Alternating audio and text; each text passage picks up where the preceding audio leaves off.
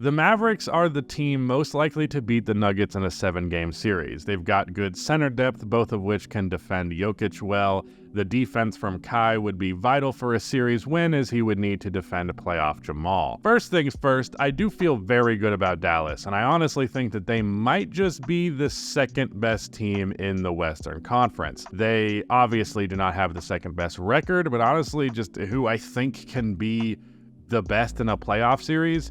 They have the second best player in the conference, probably the second best player in the entire league to me. They've got about as good of a second option as you can get. Kyrie is one of the best second options of all time. Now, of course, you mentioned the defense factor. I don't agree that he's going to be defending playoff Jamal. I think they would put Josh Green on him or some alternative, because they're not going to make Kyrie chase Jamal around. Probably would put him on KCP, or if any other bench player for Denver is in the game, they'd go with that option. He'd be too short to defend MPJ, so that's what I would probably go with. But yeah, I do think that they probably are the second best team in the West, and then from that point of view, they have the best odds to beat Denver. They also have the only guy in the league that could conceivably go shot for shot, pass for pass, whatever you call it, with Nikola Jokic. There's really no one else that can match his production besides Luka Doncic. And there aren't a lot of teams who have a second option that's as good as Kyrie Irving. I think the role players are good, especially after their trade deadline. Dallas is good, and yeah, I think they are the most likely team to beat them in a 7-game series. And if they did that, it's all the more likely that they would make the NBA Finals. Hello everybody, welcome to Awesome Rusty Bucket. Subscribe to the channel if you have not already, and drop a like on this video. It only takes 1 second, and it makes a massive difference in how the video performs in the YouTube algorithm. We're back here with some hot takes, and of course, if you want to see your hot take in this video, then just all you have to do is reply in the comment section of this one.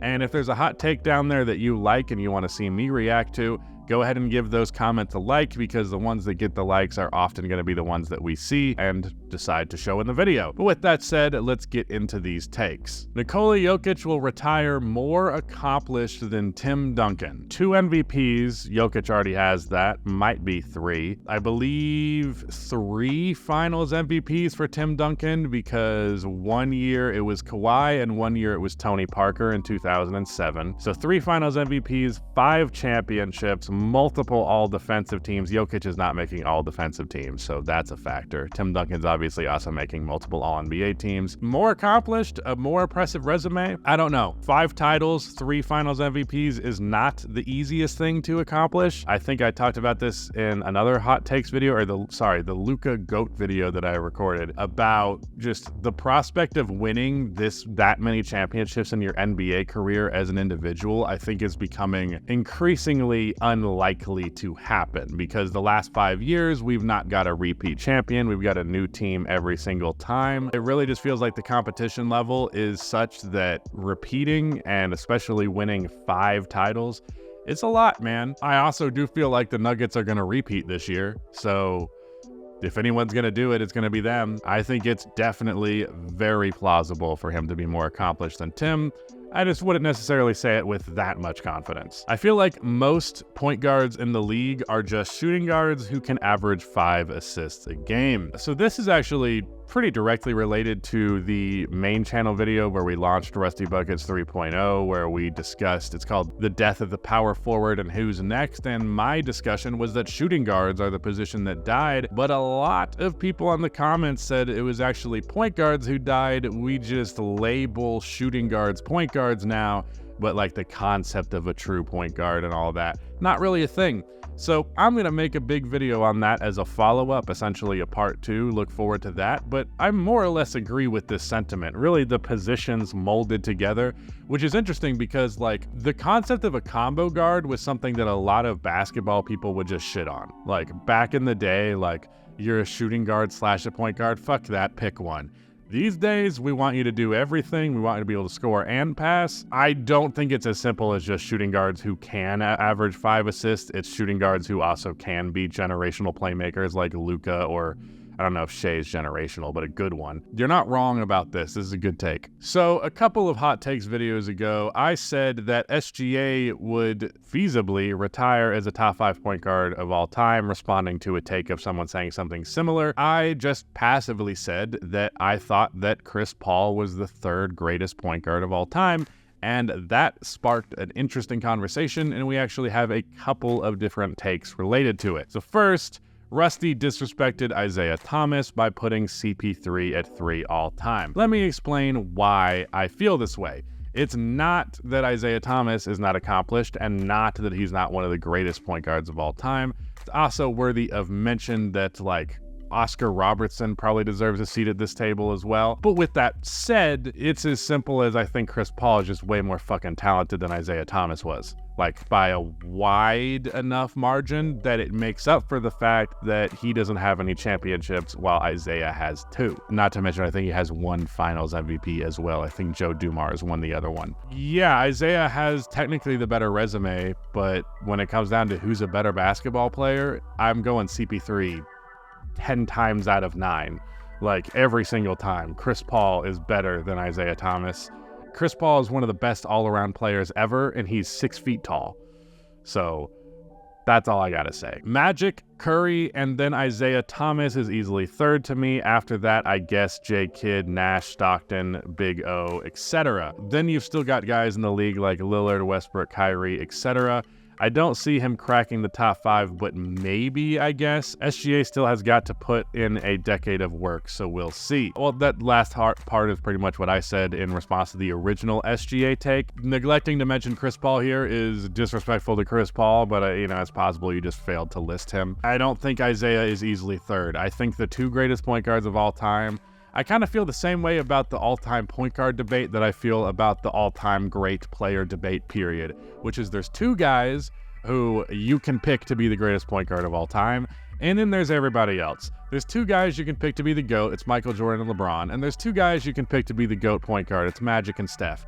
After that, there is a significant drop-off to whoever is 3rd, and there is not a huge discrepancy in talents between Isiah Thomas, Chris Paul, Jason Kidd, or Steve Nash, or Oscar Robertson, or Damian Lillard, or Russell Westbrook. John Stockton, there is a huge discrepancy between them and John because John sucks, but other than that, yeah, I don't think there's an easy 3rd in the all-time point guard debate. Isiah is probably the most individually accomplished point guard after Magic and Steph. I guess you could argue Nash, depending on what accomplishments you value, because he has the MVPs, but there's no easy 3rd in the point guard debate as far as I'm concerned. Isiah Thomas is not a top 5 point guard of all time, and a lot of that has to do with how much NBA fans and media portraying their rings as Isiah carrying when he was already declining and the supporting cast not getting nearly the credit they deserve. There's a lot of very weird revisionism about the bad boy Pistons. A lot of people just don't understand why those teams are successful. First and foremost, defense was the reason why. That was the thing they hung their hat on while they managed to be a good offense. Defense was the main reason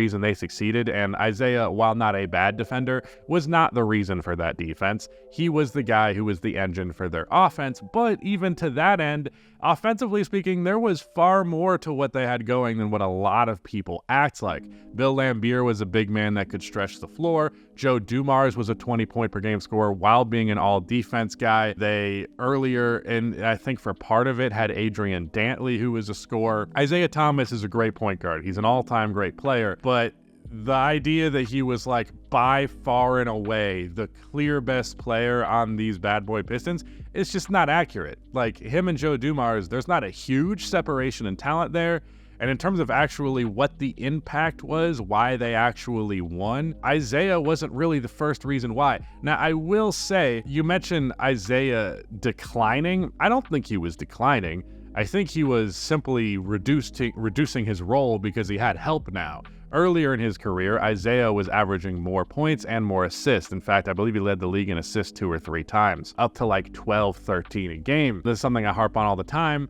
That's not good. That many assists per game is not indicative of a championship caliber team, and Isiah reduced his responsibilities on offense for the betterment of the team. So in reality, not only was Isiah not carrying the bad boy Pistons, he was reducing his role to allow them to be more successful.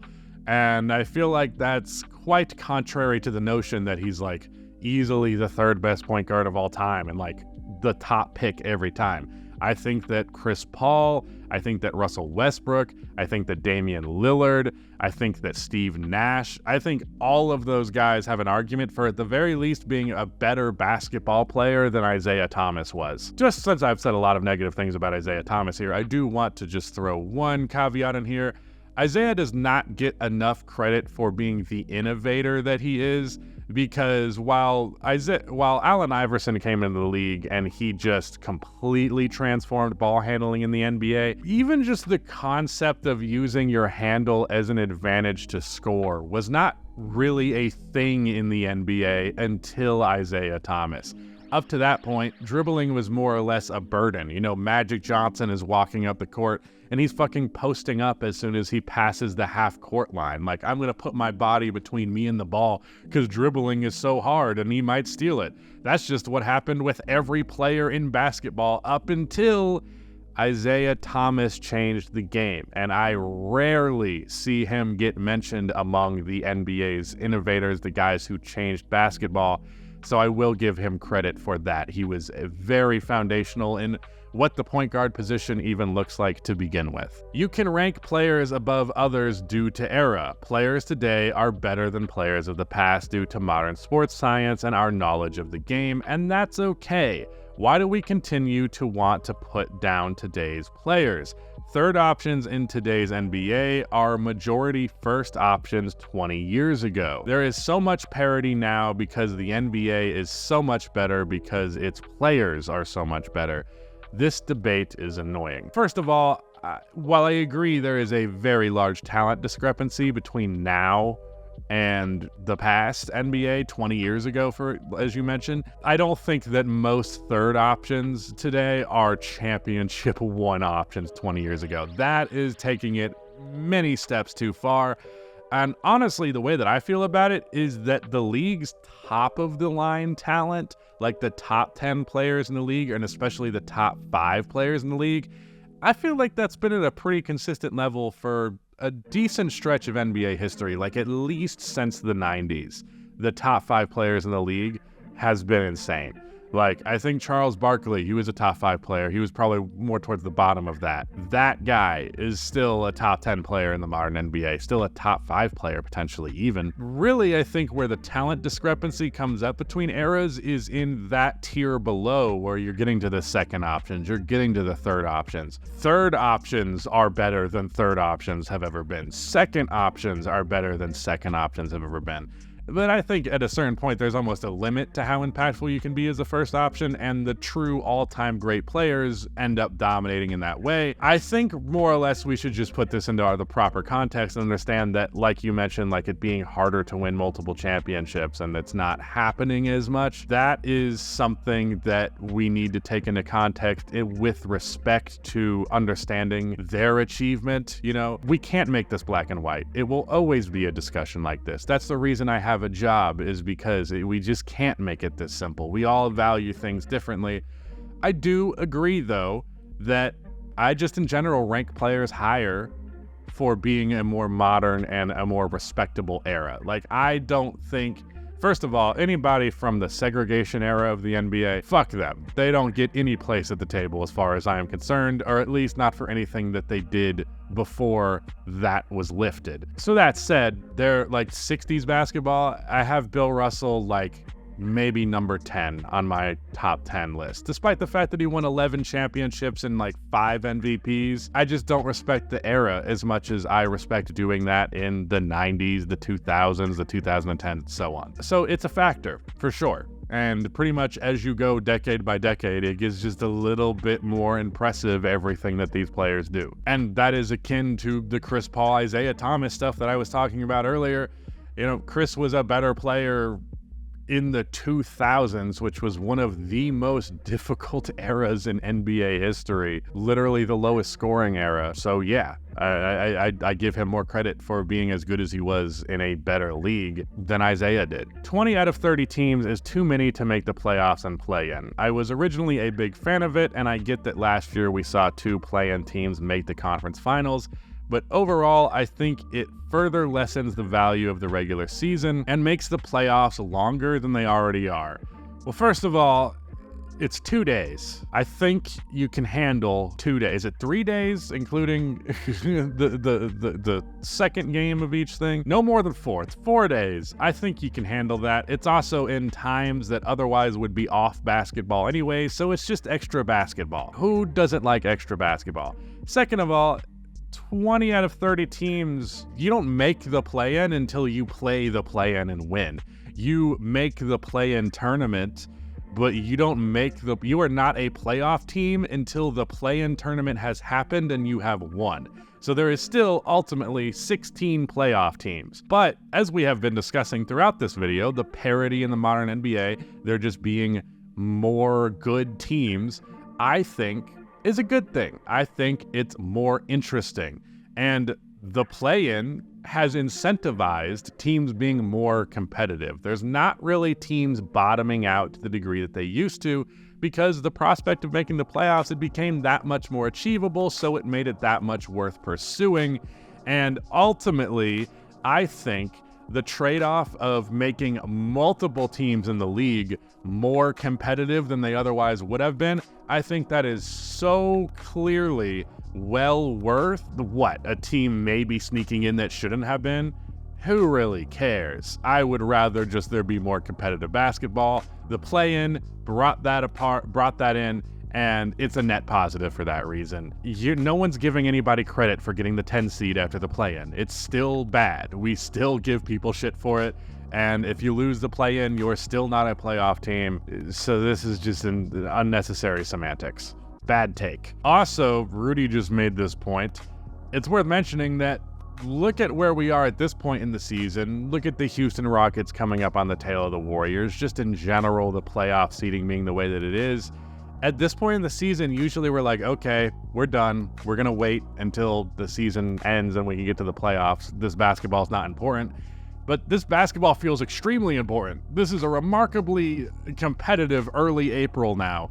Why that's not happening without the play-in. The play-in is just so good. I do not understand how anyone's complaining about it anymore. The Heatles was a terrible nickname. I don't think it's terrible. It's not the best, but it's kind of, I understand what they were going for, even though a lot of people of our, this is going to make me sound old as shit, our younger generation of Gen Z, yes, I am Gen Z, even though I do look 40, but the Beatles were fucking huge. It was a level of star power that the world had really never seen before from a group.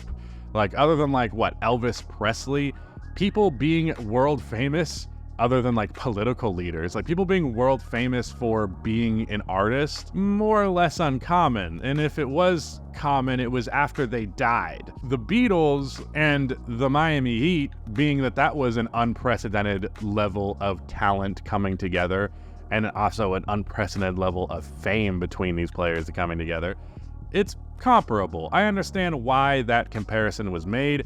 Does Heatles actually sound that good?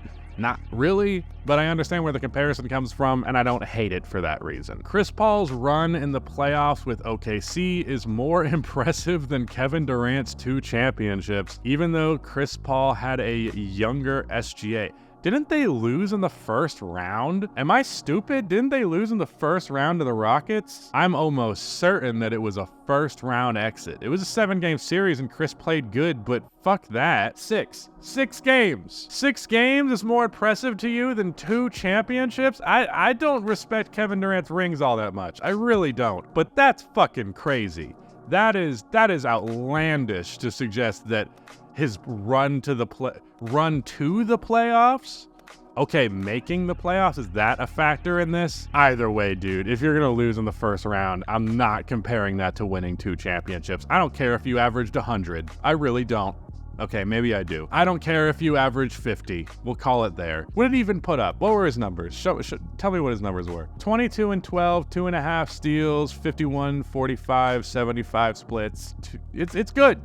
It's undeniably good, but come the fuck on. Are you looking at the wrong series? No, it was 7 games. I was right. Rudy is feeding me misinformation right now. 21, 5, and 7? Give me a break, dude. While it would be too unpopular to actually make this move, the Warriors should trade Steph next season so they have a shot at getting enough future draft picks to have a better chance at getting a young superstar. If you don't have a superstar and surrounding talent, you're irrelevant in the NBA. Even if you're a decently seeded playoff team, they're not winning with Steph again, so send him somewhere good and hope the return will help you be relevant again at some point in the next decade. No, that's not a good idea, actually. And you mentioned not having a superstar makes you irrelevant, right? Well, guess how fucking hard it is to get a superstar. Very hard. Even if you do bottom out, even if you do trade someone to the likes of Stephen Curry, it's very difficult. So when you have them, you do everything you can to hold on to them unless you really just have no other option. And the Warriors are not in that position, and more importantly, it would just never happen. Teams do not trade players who have the legacies that Stephen Curry does for the Warriors. There are very few players who mean as much to an individual franchise as Stephen Curry means to the Warriors. It's hard to think of more than like 3. So for that reason, that's never gonna happen. And I also do think it would be the wrong decision because I think you should do everything in your power to win when you have Stephen Curry. And you do that and you fight with that till your last breath. As far as I'm concerned, you do that every freaking time. I would rather them trade literally everybody else on that entire fucking roster before they trade Steph. Honestly, the one who deserves the most improved player is Jalen Johnson. The rise of this kid is the only thing keeping Atlanta afloat. From barely playing 10 minutes to starting to having an increase of over 10 points, increasing at rebounds, increase at passing. His defense is pretty good, even having to cover up for the atrocious Trae Young defense. Okay, first of all, Trae has been way better defensively. Don't be such a hater, dog. Jalen is also shooting 36% from 3. He's pretty much doubled all of his stats while also playing good defense. In my mind, there isn't a player in the NBA who deserves the award more than Jalen Johnson from the Atlanta Hawks. This is a kid who is so damn good at just 22 years old. He's the future of power forward. Dude can pass, can dribble, can shoot, can play D, can run, can play slow, can attack in multiple ways off of the dribble, off of the spot up. All right, I guess we're done. That was really long-winded, man. No. First of all, from barely playing 10 minutes to starting, there you go, buddy. That's not improvement, that's opportunity. I'm not saying that Jalen Johnson did not improve, because he definitely did, and I was a big believer in Jalen before this year, but his increase in stats, his increase in prominence, his increase in impact, it's because he got an increase in minutes. And he should have been playing those minutes to begin with because he was very good when he was playing 10. It was a large discussion being had of like, why the fuck is Jalen Johnson playing 10 minutes a game? I cannot go with that point of view. I think Kobe White, as an example, is playing similar minutes to what he was last year and is averaging like 9 more points per game or like 6 more points per game, something like that. That's more impressive to me. That's actual improvement. Also, isn't Jalen in his 2nd or 3rd year? And 2nd-year players almost never win this award. 3rd year, yeah. 1st year starting and he puts up good numbers. They're not even that impressive. They're good numbers, but it's not crazy. Just no, not going with that one. The NBA has the most casual and uninformed fan base of the 5 major sports in North America, not NA. This is just how I see it as someone who watches all of them. Mind you, baseball is my favorite. Just curious on your thoughts. Well, I don't watch all the other ones, so I can't tell you too much. I don't interact with other fan bases a lot, but I have heard this perspective quite a bit. In fact, I believe it was mentioned in other Hot Takes videos fairly recently. I think basketball is the easiest sport to follow casually, so for that reason, there is going to be more casuals. Not that there isn't a lot of nuances to this sport, because there absolutely is. It's also a sport that you can just kind of get the gist of by looking up from your phone every couple of minutes to watch, you know? There's nothing else like that in any other sport. Probably accurate. Also, I don't know why misinformation seems to be so popular in the NBA. I think maybe just because narratives in general are so much more prominent in this sport than any other. But whatever it may be, it also feels like there is just more misinformation for people to fall for. All time, I can't find a strong argument as to why Kobe is better than Curry. Curry is the better ball handler, scorer, IQ-wise, leader, and better system player. All I can think for Kobe is defense, and even then, it's not as huge of a gap, as I also think Curry is a criminally underrated defender. I do agree that he's an underrated defender. I feel like a lot of people just look at someone like Steph and just decide they're a bad defender because they're just like, well, look at him. But in reality, Curry was never a terrible defender, was never even really that bad of a defender. One that you can exploit on a mismatch, no doubt. Like, he can't fucking defend LeBron, but I really don't feel like that's a huge knock against him. Kobe is definitely a way better defender, though. Sure, it's not as huge of a gap as some people might say, but it's still a huge gap. Like, it's still huge. That said, I think Curry and Kobe are very comparable to each other all time. They achieved similar levels of peak, similar levels of influence. Curry is also just a much better playmaker than Kobe, for what that's worth. This is gonna be an unpopular take, I think Curry has a strong argument for being a better scorer than Kobe as well.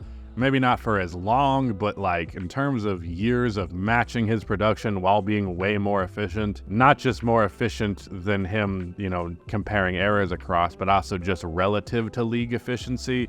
Steph was regularly way above average efficiency-wise, while Kobe was pretty much right around the average or just slightly above it. For that reason, yeah, I think it's fine. I don't think there's a strong argument as to why Kobe is better than Curry, and I don't think there's a strong argument as to why Curry is better than Kobe.